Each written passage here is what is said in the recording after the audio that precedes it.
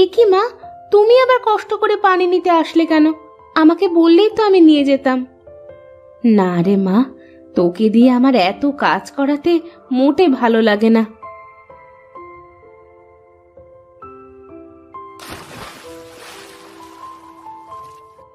মা, আমার তো কাজ করতে কোনো কষ্ট হয় না, তুমি খালি খালি এমনটা ভাবো।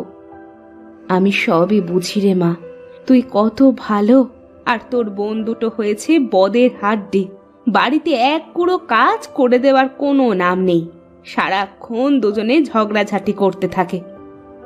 দেখবে মা, একদিন ওরা ওদের ভুল বুঝতে পারবে।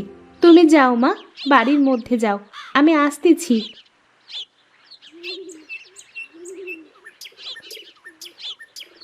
আমার বন্ধুটো কবে যে ওদের ভুল বুঝতে পারবে, কবে যে ওরা ঝগড়াঝাটি বাদ দিয়ে মিলেমিশে থাকবে।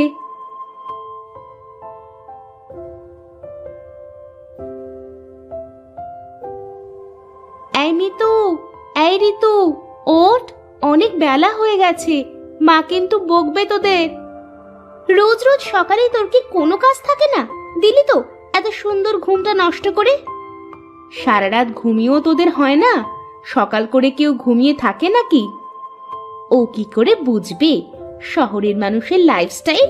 ও কি কখনো শহরে গেছে না থেকেছে? আমারও তো জানা লাগবে না, তবে গ্রামে থাকলে গ্রামের মানুষের মতোই থাকতে হবে। সকাল সকাল জ্ঞান দিস না তো, তুই তোর কাজে যা। হ্যাঁ, আমার তো অনেক কাজ, ব্যাস তোদের ডাকতে আসলাম, এখন আমি যাই।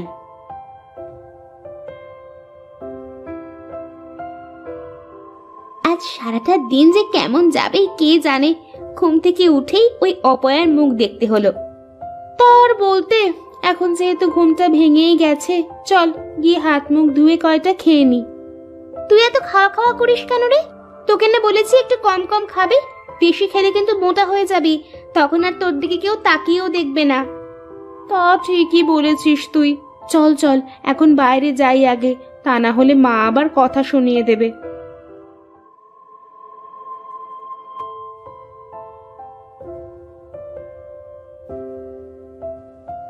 এভাবে বেলা করে শুয়ে থাকলে যে শরীর খারাপ করবে। তাছাড়া একটু বাড়ির কাজ কামে তো সাহায্য করতে পারিস তোরা। আমরা কেন কাজ করব? তোমাকে সাহায্য করার জন্য তো নিতু রয়েছে, ও তো সব কাজ পারে। নিতু তো সব কাজ পারে, আমাকে ঘরের কাজে সাহায্য করে, কিন্তু তোরা তোরা তো শুধু বসে বসে খাস আর রূপচর্চা করিস। শোনো মা, বাইরে ধুলোবালির ভিতরে কাজ করলে আমাদের চেহারা নষ্ট হয়ে যাবে, আর রান্নার কাছে তো যেতেই পারবো না। বলি, কাজ কাম না শিখলে বিয়ের পরে শ্বশুর বাড়িতে গিয়ে কথা শুনতে হবে যে। কি যে বলো মা, আমাদের কি আর যে সে ঘরে বিয়ে হবে? দেখো, আমাদের বিয়ে করার জন্য রাজা বাদশার ছেলেরা সম্বন্ধ নিয়ে আসবে। হ্যাঁ মা, আর 4-5টা কাজের লোক থাকবে, আমাদের কোনো কাজ করতে হবে না। তোদের এই অহংকারের কারণেই না তোদের কপালে কষ্ট চলে আসে। বাজে বকো না তো মা, এখন খাচ্ছি, একটু শান্তিতে দুমুঠ খেতে দাও তো। আহ মা, এখন এসব কথা না বললে কি তোমার হতো না? চুপ করো, ওদের খেতে দাও। আর হ্যাঁ, ওরা কেন কাজ করবে? আমি তো তোমার সব কাজ করে দিই। থাক, আর আমাদের হয়ে সাফাই গাইতে হবে না, তুমি আগুনে ঘি ঢালার লোক।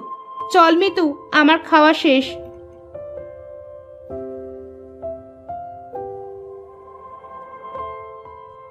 কি খবর দাদা? দিনকাল কেমন চলছে তোমার? আর দিনকাল, বাড়িতে কোনো মেয়ে মানুষ নেই, ছেলেটা শুধু বোঁ বোঁ করে ঘুরে বেড়ায়, কাজ কামে মন নেই এক ফোঁটা। আমার এত বড় ব্যবসা সামলাবে তা না, বন্ধু বান্ধব নিয়ে খালি আড্ডাবাজি করে বেড়ায়, কত ছাড়া।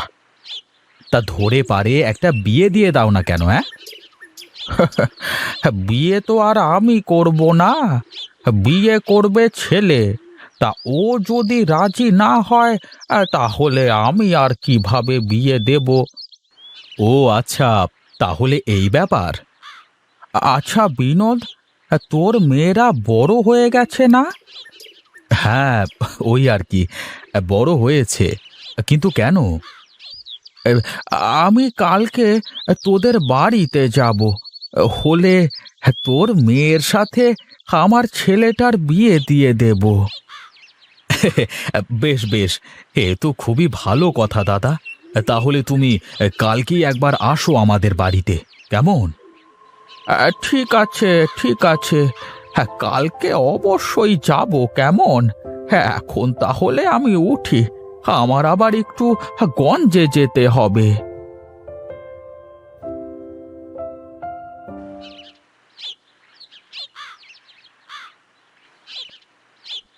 তুমি চলে এসেছো বাবা? হ্যাঁ রে মা, চলে আসলাম। মিতু আর ঋতুকে ডাক দে দেখি। তুমি দাঁড়াও, আমি এক্ষুনি ডেকে আনছি। কি গো, তুমি ব্যাগের ভিতরে করে কি নিয়ে আসলে? কি আর নিয়ে আসবো, মেয়েদের জন্য কিছু নিয়ে আসলাম। তুমি আমাদের ডেকেছো বাবা? হ্যাঁ রে মা, এই দেখ আমি তোদের জন্য কি নিয়ে এসেছি। বাহ, খুব সুন্দর চুড়ি বাবা, তুমি অনেক ভালো। চল চল, ঘরে গিয়ে চুড়িগুলো পরে দেখি কেমন লাগে।